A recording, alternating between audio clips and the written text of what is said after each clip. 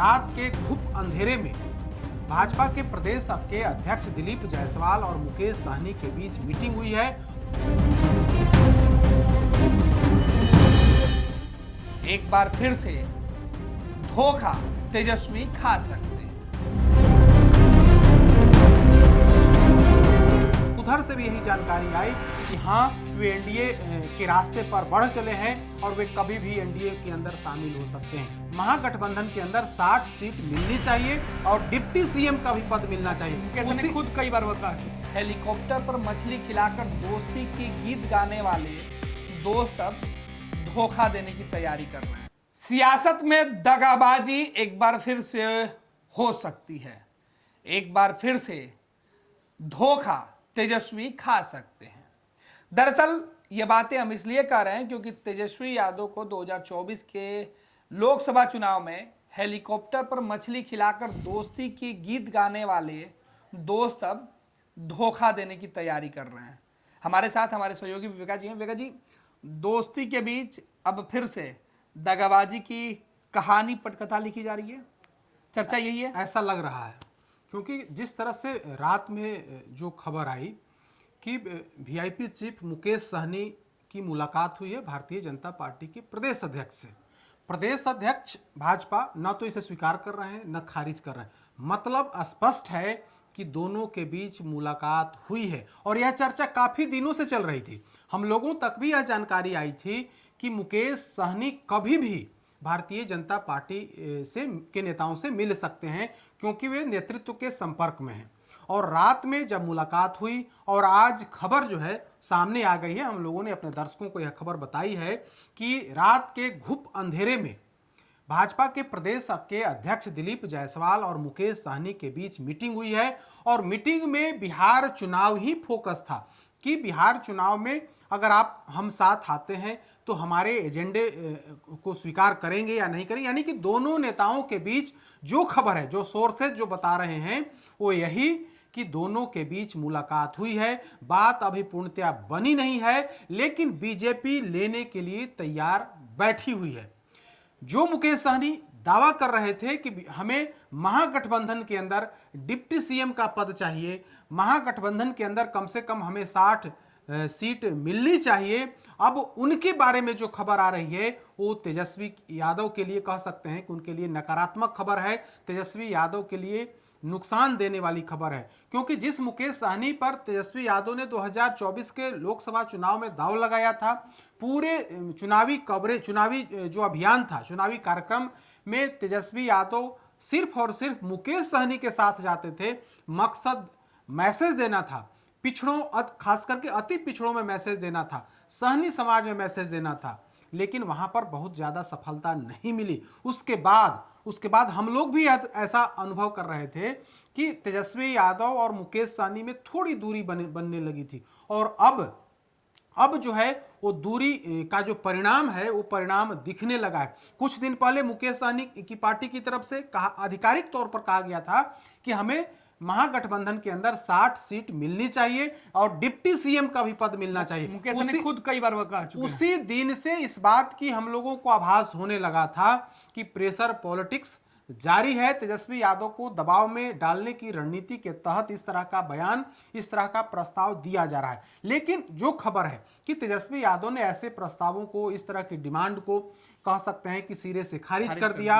अब चूंकि चुनाव सामने है, अगर प्रेशर नहीं देंगे तो स्वाभाविक है कि बड़ी हिस्सेदारी नहीं मिलेगी। तो खबर यही है कि मुकेश सहनी अब बीजेपी की तरफ कहीं ना कहीं उनका कदम बढ़ा है और बीजेपी के नेताओं से, उनके प्रदेश के अध्यक्ष से मुलाकात की है। और प्रदेश अध्यक्ष बीजेपी ने भी कहा है कि महागठबंधन का एक घटक दल बहुत जल्द टूट सकता है, इसकी पूरी संभावना है। तो कुल मिलाकर के कहें तो 2024 में जो साथ लेकर जिस नेता को साथ लेकर चल रहे थे, अब कहीं ना कहीं उन पर क्वेश्चन मार्क लग गया है कि वे कितने दिनों तक महागठबंधन के अंदर रहेंगे। हालांकि आज प्रेस कॉन्फ्रेंस में मुकेश सहनी ने कहा है कि हम क्यों मिलने जाएंगे भाई दिलीप जायसवाल से। हाँ, इस तरह की कहीं कोई बात नहीं। यानी कि जिस तरह की खबरें हैं, जिस तरह की खबरें निकल करके सामने आ रही हैं, उसका उन्होंने मतलब खारिज किया है और मुलाकात की बात को नकार दिया है। लेकिन और साथ ही उन्होंने यह भी कहा है कि इस तरह की बात इसलिए करी जा रही है कि मेरे नाम पर चिराग पासवान और जीतन राम मांझी को कर्टेल यानी कि उनकी सीटों में कमी की जाएगी। मेरा हौवा दिखा करके, मेरे नाम को बेच करके बीजेपी इस तरह की बात अपने सहयोगियों के प्रति करेगी। तो ऐसा मुकेश सहनी का आरोप है। जबकि जो पुष्ट खबर यही है कि मुकेश सहनी भाजपा के संपर्क में है। अब भाजपा पर निर्भर है कि वो लेती है, स्वीकार करती है, अस्वीकार करती है, मुकेश सहनी की जो डिमांड है उसे पूरी कर पाती है या पूरी नहीं कर पाती है, या बीजेपी नेतृत्व जाने। लेकिन खबर यही है और यह पुख्ता खबर है, प्रमाणित खबर है। जेडीयू सोर्सेज से भी जब हमने आज जानकारी ली तो उधर से भी यही जानकारी आई कि हाँ, वे एनडीए के रास्ते पर बढ़ चले हैं और वे कभी भी एनडीए के अंदर शामिल हो सकते हैं। और जहां तक सीट बंटवारे की बात है तो 2020 के विधानसभा चुनाव में जब तेजस्वी यादव, जैसा कि इन्होंने कहा था कि तेजस्वी यादव ने हमें मेरे पीठ में छुरा घोंपा, मेरे साथ धोखेबाजी की, हमें एक सीट भी नहीं दिया। हमें याद है मौर्य एक पटना के एक होटल में प्रेस कॉन्फ्रेंस हो रहा था, उसमें ही उन्होंने बगावत कर दिया था और वहां से उठ करके, जिसमें तेजस्वी यादव समेत तमाम घटक दल के प्रतिनिधि वहां पर मौजूद थे, उसमें बगावत करके उठ करके चल दिए थे और सीधे तौर पर आरोप तेजस्वी यादव पर लगाया था और वहां से उठ करके चल दिए थे। आरोप यही लगाया था कि मेरे साथ धोखेबाजी, मेरे साथ नाइंसाफी की जा रही है और मुझे एक भी सीट नहीं दी गई है। तेजस्वी यादव ने कहा था कि हम इनको देख लेंगे, यानी कि एक भी सीट देने से तेजस्वी यादव ने इनकार किया था। तब ये भाजपा के खेमे में चले गए थे और तब सुशील मोदी नेतृत्व कर रहे थे और उन्होंने अपने शीर्ष नेतृत्व से इनकी मुलाकात कराई और भाजपा ने अपने कोटे से 11 सीटें मुकेश सहनी को दी थी। उसमें से कई अपने नेताओं को इनके टिकट पर चुनाव लड़ाया था और 11 में से इनके 4 विधायक जीत करके आए थे। यह 2020 की स्थिति थी। अब 2025 है। 2025 में क्या फार्मूला होगा, क्योंकि एनडीए के अंदर भी जो घटक दलों की संख्या बढ़ते जा रही है। उस समय चिराग पासवान तो साथ थे नहीं, अब चिराग पासवान भी साथ हैं, कुशवाहा जी भी साथ हैं। तो ऐसी स्थिति में घटक दलों की संख्या बढ़ गई, अभी 5 है। अगर मुकेश सहनी आते हैं तो यह संख्या 6 हो जाएगी। तो वैसी स्थिति में 2020 का फार्मूला तो इस बार लागू नहीं ही होगा। इसमें इनको समझौता करना पड़ेगा। अब उसमें मुकेश सहनी तैयार होते हैं या नहीं होते हैं या उन पर है। लेकिन और इसी बीच एक और खबर आई है कि भाजपा की तरफ से कह दिया गया है कि आपको 7 सीट से अधिक नहीं दी जा सकती। यह बड़ी जानकारी निकल करके सामने आ रही है कि बीजेपी ऐसा प्रस्ताव दी है कि अगर आप एनडीए के अंदर आते हैं तो आपको अधिकतम 7 सीटें दी जा सकती हैं। और दावा यह भी किया जा रहा है कि ऐसा प्रस्ताव दिया जा रहा है कि आपको एक राज्यसभा, आगे चल करके एक राज्यसभा की सीट दी जाएगी। लेकिन वर्तमान में आपको 7 सीट से अधिक नहीं दी जा सकती है। ऐसी खबर बीजेपी सोर्सेज जो विश्वस्त सूत्र हैं वे यह बता रहे हैं कि मुकेश सहनी को 7 सीट देने का प्रस्ताव भाजपा की तरफ से है। अब इन पर निर्भर है कि ये स्वीकार करते हैं या अस्वीकार करते हैं। चूंकि अभी तो दावा है कि हम 60 सीट पर चुनाव लड़ेंगे, ये हमारी पूरी तैयारी है। अभी महागठबंधन के अंदर डिप्टी सीएम की डिमांड कर रहे हैं। अब एनडीए के अंदर तो ऐसा नहीं होगा। एनडीए के अंदर पहले से 5 बड़े घटक दल वहां मौजूद हैं और आप नए घटक दल के तौर पर अगर आप वहां जाते हैं तो निश्चित तौर पर आपकी जो 2020 वाली जो डिमांड वो तो पूरी नहीं होगी। उसमें 11+1 एमएलसी तो 11+1 था। इस बार तो ऐसी स्थिति होनी नहीं है। अब क्या होगा आगे, लेकिन बात कुछ बढ़ी है। आरजेडी को भी लगने लगा है, तेजस्वी यादव को भी लगने लगा है कि मुकेश सहनी हमें गच्चा दे सकते हैं। तो इसकी भी वो लोग अपने स्तर से तैयारी कर रहे हैं। कल उन लोगों की भी महागठबंधन की बैठक है जिसमें कांग्रेस, वाम दल, भाकपा माले, अब उसमें मुकेश सहनी भी जाएंगे क्योंकि अभी तो महागठबंधन के पार्ट हैं ही। अभी दावा कर रहे हैं कि हमारी भाजपा से कोई मुलाकात नहीं हुई, कोई बातचीत नहीं हुई, कहीं कोई ऐसी बात नहीं है, तो वे शामिल होंगे। लेकिन कुछ ना कुछ तो बात है जिससे तेजस्वी यादव भी समझ रहे हैं, बीजेपी भी समझ रही है, क्योंकि बीजेपी के नेताओं से तो इनकी मुलाकात ही हुई है। हम लोगों तक भी यह जानकारी आ गई है। तो कुल मिलाकर के कहें तो अभी चुनाव में 4-5 महीने का समय है, लेकिन तोड़ फोड़ वाली जो राजनीति है वो शुरू हो गई है। अपने हिसाब से राजनीति वाली जो बात है कि हमें उधर जाएंगे तो ज़्यादा मिल सकता है, इधर आएंगे तो कम हो सकता है, तो वो सब कुछ गुना हिसाब किताब लोग कर रहे हैं। इसी कड़ी में मुकेश सहनी के बारे में जो खबर है हमने अपने दर्शकों को बताई कि किस तरह से अब बीजेपी से इनकी नज़दीकी जो है वो बढ़ने लगी है। विवेका जी, गठबंधन की बात करें तो फिलहाल महागठबंधन में मुकेश सहनी शामिल है, कांग्रेस और लेफ्ट की पार्टियां हैं राष्ट्रीय जनता दल के साथ। बिल्कुल। एनडीए के अंदर बीजेपी जेडीयू का मुख्य गठबंधन है, उसके साथ जीतन राम, चिराग पासवान कुशवाहा जी और उपेंद्र कुशवाहा। और इसके अलावा अगर मुकेश सहनी आते हैं तो गठबंधन का फॉर्मूला एनडीए का जो है वो एक तो बड़ा होगा, दूसरा महागठबंधन की स्थिति 2020 वाली हो जाएगी। बिल्कुल। तो क्या लगता है कि मुकेश सहनी जो 2020 में एक मंत्री वो खुद बने रहे हैं, बाद में उनकी पार्टी तोड़ ली गई, वो मंत्रिमंडल से भी उन्होंने इस्तीफा दे दिया, तो वो अगर वो सिनेरियो होता है इस बार फिर से, तो मुकेश सहनी अब सावधान होंगे? क्योंकि तेजस्वी यादव तो पहले से सावधान है कि इन पर भरोसा नहीं किया जा सकता। बीजेपी के लोग कितना भरोसा करेंगे? देखिए, बिल्कुल भरोसे की बात तो है। 2020 में भाजपा इनको साथ लेकर के चुनाव लड़ी, इनके 11 में से 4 विधायक जीते, खुद एमएलसी बने, भाजपा कोटे से ही इन्होंने मतलब विधान परिषद पहुंचे और नीतीश कैबिनेट में मंत्री बने, पशुपालन मंत्री। उसके बाद विवाद बढ़ने लगा, इनकी ज़्यादा डिमांड होने लगी, उत्तर प्रदेश जाकर के योगी सरकार को ललकारने लगे, झारखंड जाकर के अलग राग अलापने लगे। खास करके उत्तर प्रदेश जाकर के इन्होंने वहाँ के मुख्यमंत्री योगी आदित्यनाथ मोदी सरकार के खिलाफ मतलब अपना शक्ति प्रदर्शन करने लगे। इसके बाद बीजेपी को लगा कि इनसे अलग होना चाहिए। पहले अल्टीमेटम दिया गया, इन्होंने उस अल्टीमेटम के बाद भी ये नहीं माने। इसके बाद इनके 3 विधायकों को तोड़ लिया गया। 4 में से 1 विधायक जो थे उनका निधन हो गया था, उस सीट पर वहाँ उपचुनाव हुए और आरजेडी वहाँ से चुनाव जीत गई।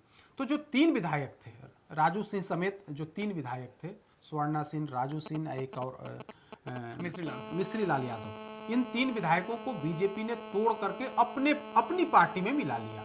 हालांकि कहा यह भी जा रहा था कि वो बीजेपी के ही थे। बिल्कुल मतलब कैंडिडेट बीजेपी के थे ऐसा कहा जाता है। तो इन लोगों को शामिल करा लिया, इनको मंत्री पद से हटा दिया गया क्योंकि पशुपालन मंत्री थे और दोबारा इनको फिर एमएलसी बनाया नहीं गया, इन्हें मंत्री पद से हटा दिया गया। तो बीजेपी से पंगा लेना इनको महंगा पड़ा, सरकार से बाहर होना पड़ा, तमाम विधायकों को तोड़ लिया गया और तब ये महागठबंधन के पार्ट हो गए। 2024 के लोकसभा चुनाव में इन्हें आरजेडी ने 3 सीटें दी, मधुबनी, मोतिहारी और एक वो खगड़िया के पास, हाँ एक और सीट, जो 3 सीटें इनको दी गई, लेकिन तीनों जगह पर इनकी हार हुई। अब 2025 है, लालू प्रसाद यादव, तेजस्वी यादव समझ रहे हैं कि अगर मुकेश सहनी साथ होते हैं तो कितना लाभ होगा, मुकेश सहनी साथ नहीं होते हैं तो कितना लाभ होगा, दोनों अपना मतलब कितना नुकसान होगा। तो दोनों नफा नुकसान तेजस्वी यादव भी देख रहे हैं, इधर बीजेपी भी देख रही है। बीजेपी को लगता है कि मुकेश सहनी को हम साथ ले लेंगे तो पूरा मैसेज चला जाएगा कि देखिए पूरा सहनी समाज मेरे साथ है। वैसे दावा बीजेपी करती है कि पूरा सहनी समाज मेरे साथ है, लेकिन एक चेहरा मुकेश सहनी है, अपने समाज अपनी जाति में इनकी पैठ है, इसे इनकार नहीं किया सकता है। तो बीजेपी को लगता है कि पूरा अति पिछड़ा अगड़ा तमाम जो जातियां हैं, एमवाई को छोड़ दिया जाए तो तमाम जातियों को गोलबंद करके हम चुनावी मैदान में उतरें ताकि हमें ज्यादा से ज्यादा सफलता मिले। क्योंकि इन लोगों ने इस बार लक्ष्य तय कर लिया है कि हमें 225 सीट जीतनी है। 2010 में जितने विधायक आए थे उससे ज्यादा विधायक इस बार हम लोगों को जिताना है। तो बीजेपी जेडीयू इस कोशिश में है, इसीलिए चिराग पासवान की हर बात को बीजेपी स्वीकार मान रही है। तो किसी घटक दल को बीजेपी नाराज करना नहीं चाहती है। यही वजह है कि अब मुकेश सहनी पर डोरे डाले जाने लगे हैं कि मुकेश सहनी को अगर हम साथ करा लेंगे तो -MY जितने वोटर्स हैं, जितनी जातियां हैं, उनके वोट को हम अपने पाले में कर लें। तो अब उसमें एक नेता बच जा रहे थे मुकेश सहनी, तो मुकेश सहनी को साथ लेकर के तेजस्वी यादव को पटखनी देने की रणनीति पर बीजेपी काम कर रही है। अब इसमें कितना बीजेपी सफल होती है, मुकेश सहनी कितना सफल हो पाते हैं, मुकेश सहनी अपने हिसाब से कितना डील कर पाते हैं, यह समय बताएगा। लेकिन अब तेजस्वी यादव भी यह समझ रहे हैं कि 2020 में जिस तरह से महागठबंधन छोड़ करके मुकेश सहनी भागे थे, आने वाले समय में किसी दिन यह खबर आ सकती है कि मुकेश सहनी ने महागठबंधन छोड़ दिया। बिल्कुल, बहुत बहुत धन्यवाद विवेका जी। तो मुकेश सहनी बिहार के सियासत के वो उभरते हुए राजनेता हैं जिनके शुरुआत पर ही विवाद उठे थे। इनके भरोसे पर अमूमन सवाल उठते रहा। अब देखना है कि मुकेश सहनी के इस नई सियासी समीकरण चाल से एनडीए के साथ साथ महागठबंधन को कितना फायदा और कितना नुकसान होता है, क्योंकि इस बार चुनाव के पहले मुकेश सहनी की एक चर्चा ने सियासत को गरमा दिया है। पैनोरमा ग्रुप, जो सोचता है वो करता है, आपके अपने सपनों का आशियाना। ये लो मुंह मीठा करो, आज मैंने अपना जॉब छोड़ दिया, अब हम पूर्णिया वापस जाएंगे। जॉब छोड़ दिया है?